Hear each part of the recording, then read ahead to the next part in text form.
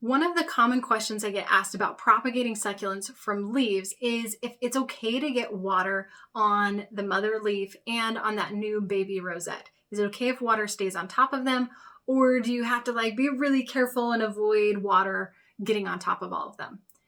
Well, if you're spraying them with a spray bottle, which is the only time I recommend using a spray bottle, don't use a spray bottle for your full-grown succulents. It's so inefficient. It doesn't promote healthy roots.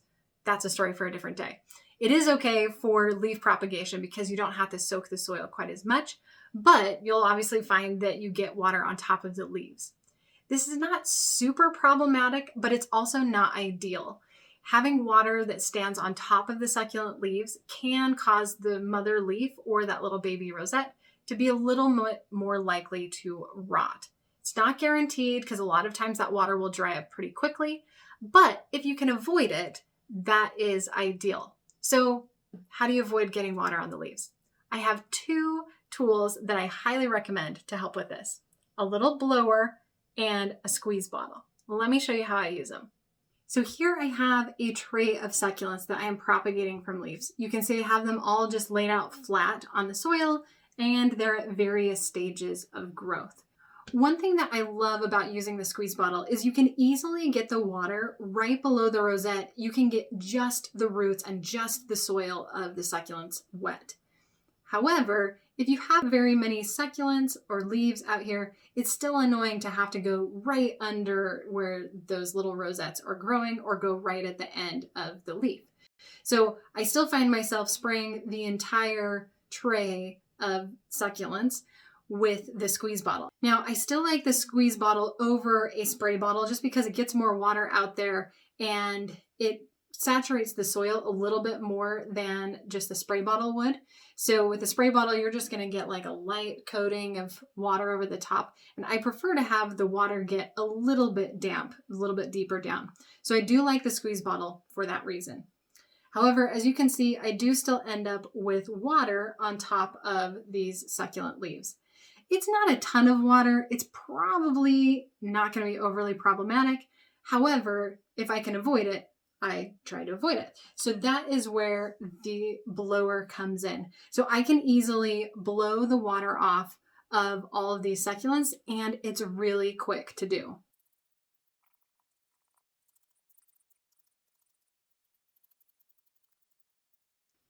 Now, as you can see, when I was blowing here, I did get a lot of soil on the table, and that's because I didn't get it totally wet when I was watering.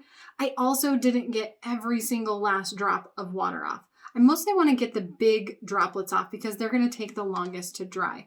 But you can see there's still some wetness here, so I'll go ahead and spray that off. And then there's one right in the middle of the rosette here, so I'm going to spray that one off as well. And a tiny bit there. You don't have to go crazy with this.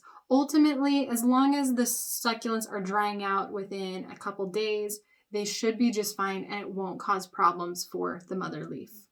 Now, there's a lot of people who don't recommend watering your succulent leaves until a baby has grown and until it has roots, or even until that mother leaf has dried up completely.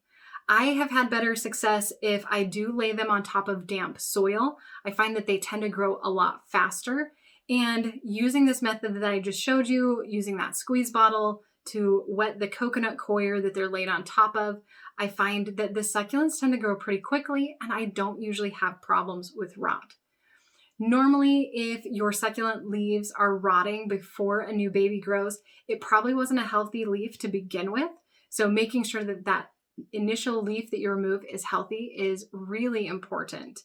And then the other thing is just avoiding having it be soaking wet or drenching it in water and having it be on top of super wet soil all the time.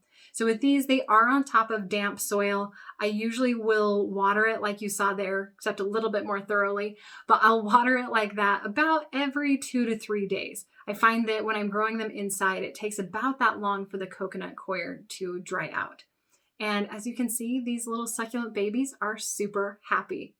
So if you have not propagated from leaves before, I highly recommend it. It is so much fun. It's really addicting, but one of the things that I love most about growing succulents. Thank you so much for watching. If you liked this video, be sure to give it a thumbs up, hit subscribe, Share it with all of your succulent loving friends, and I will see you next time.